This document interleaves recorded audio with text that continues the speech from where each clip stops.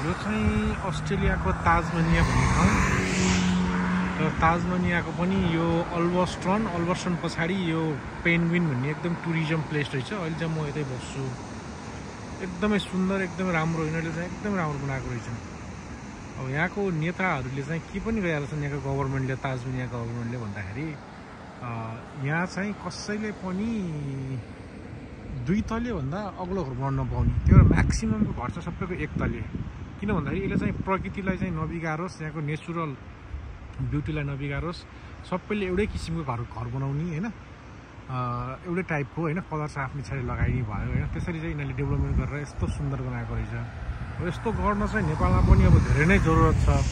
नेपालमा त अब खोइ को नेता, न कुनै नीति छ, न कुनै एउटा प्रणाली छ, न कुनै दिमाग छ। के गर्छन् नेपालमा चाहिँ अचम्म लाग्छ है। हुन त यहाँको नि मान्छे, नेपालको नि मान्छे, यो पनि माटै हो, त्यहाँको नि माटै हो होइन। असम्भव के नै छ र, गऱ्यो भने त सबै कुराहरू गर्न सकिन्छ। त्यसैले हाम्रो नेपालको नेताहरूको चाहिँ दिमागमा त्यो घैँटोमा चाँडै घाम लाओस् होइन। बाटो पिच गर्न, सरसफाइ गर्न, बोटबुदा रोप्न, पब्लिक टोयलेट बनाउन, रोजगार दिनलाई ठुलो कुनै पाहाड फोर्नु पर्दैन होइन। त्यो सकिन्छ। भ्रष्टाचार कम गऱ्यो भने सबै कुराहरू गर्न सकिन्छ।